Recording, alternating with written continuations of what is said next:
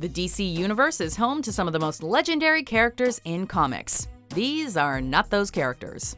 Welcome to WatchMojo.com, and today we're counting down our picks for the top 10 characters DC wants you to forget. Before we begin, we publish new videos every day, so be sure to subscribe for more great content. For this list, we're looking at characters from the history of DC Comics that are lame, forgettable, offensive, or even all three. Number 10. Rainbow Raider. The DC Universe is a colorful place, but this might be taking it a bit too far. A struggling artist who failed to impress his peers thanks to his absolute colorblindness. This Technicolor rogue turned to crime when his father invented a pair of goggles that allowed his son to control beams of solid, rainbow-colored light. So, logically, he used this technology to become a professional art thief and a recurring Flash villain. As if lame powers and an even lamer costume weren't bad enough, this villain's real name is actually Roy G. Bigelow, a groan-worthy play on the Roy G. Biv mnemonic device used for remembering the colors of the rainbow. Number 9. James Gordon Jr. It's hard to imagine an apple falling further from the tree than Gotham Police Commissioner James Gordon's ill-fated son. First introduced as a baby in 1987's Batman Year One, and basically forgotten until he resurfaced in a 2011 arc in Detective Comics, despite the fact, or perhaps because of his father's reputation as an unfaltering lawman. Jr. began to develop sadistic tendencies at a young age, eventually turning into a full-blown serial killer. But rather than a bold new addition to Batman's roster of enemies, the character felt more like a wannabe Joker who was thwarted during a haphazard scheme to poison baby food. He was at one point a member of the Suicide Squad, but not even that can redeem this snoozer of a villain. Number 8. The Legion of Substitute Heroes. The Legion of Superheroes is one of the largest teams in DC, with dozens of members from every corner of the galaxy. But despite counting the likes of Matter Eater Lad among their ranks, the Legion has some standards. This offshoot team was formed by would-be Legionnaires who were rejected after they tried out for the team. And can you blame the Legion for saying no thanks to the likes of Infectious Lass, Stone Boy, or Color Kid? The power to eat anything has at least a few uses.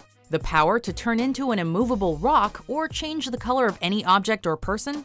Not so much. Number 7. Brother Power the Geek.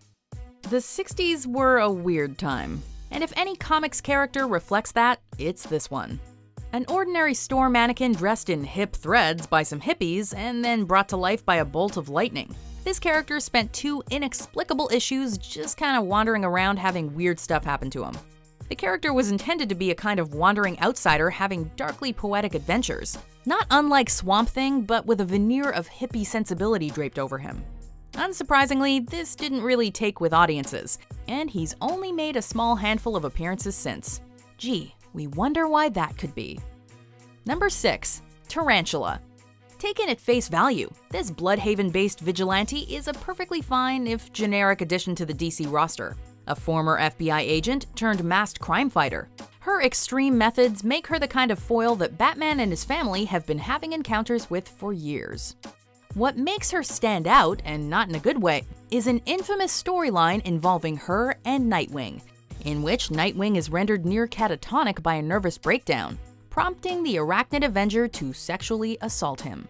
We're all for addressing the issue of male sexual assault, but the storyline is handled so clumsily that we'd rather just forget about it and move on. And we're pretty sure DC agrees. Number 5. Gunfire.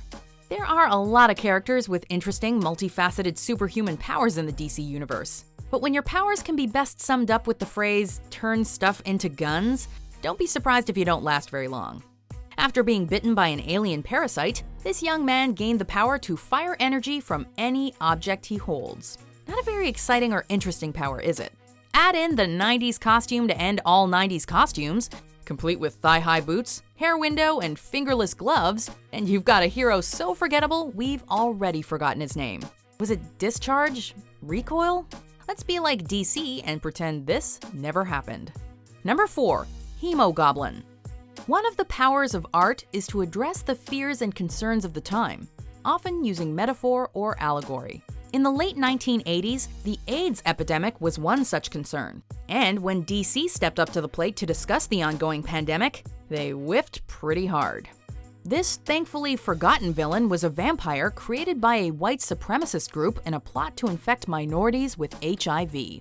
This brought him into conflict with a super team called the New Guardians, and several members were infected during the battle, including Extraño, who was flamboyant and stereotypically gay. It's a tactless handling of a serious issue, and best forgotten. Number 3. Snowflame. And speaking of terrible attempts at addressing serious issues in the pages of the New Guardians, let's talk about the supervillain fueled by cocaine. And not in a Tony Montana kind of way either. This baddie gains superhuman attributes including enhanced strength, speed, and the power to control fire, as long as he's literally high out of his mind on cocaine. So naturally, he's the leader of a powerful Colombian drug cartel and worships cocaine as his god. A hard-hitting, gritty portrayal of the evils of the drug trade, this is not. Thankfully, he was killed in an explosion and never returned. Number 2. Codpiece.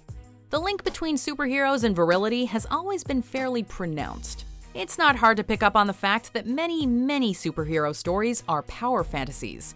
But just in case you need things to be absolutely crystal clear, may we present the superhero who uses a weaponized codpiece. Thanks to an inferiority complex about his equipment, he constructed a weaponized package that he used to rob banks. The character is pretty clearly meant as satire, but even so, this is pretty on the nose. Number 1. Ebony White. The contributions of Will Eisner to the medium of comics cannot be overstated. In the pages of his groundbreaking series The Spirit, Eisner brought a level of depth and artistry to the medium that few other creators have since. Heck, they even named the biggest award in comics after him. But we can't in good conscience give him a pass for this character. An unbelievably offensive racial stereotype named Ebony White, who served as the hero's sidekick and driver. The character has since been revamped many years after DC acquired the rights to the Spirit when they purchased Quality Comics. But we'd rather not think about his roots as an offensive stereotype, and DC probably feels the same way. Do you agree with our picks? Check out these other great clips from WatchMojo and subscribe for new videos every day.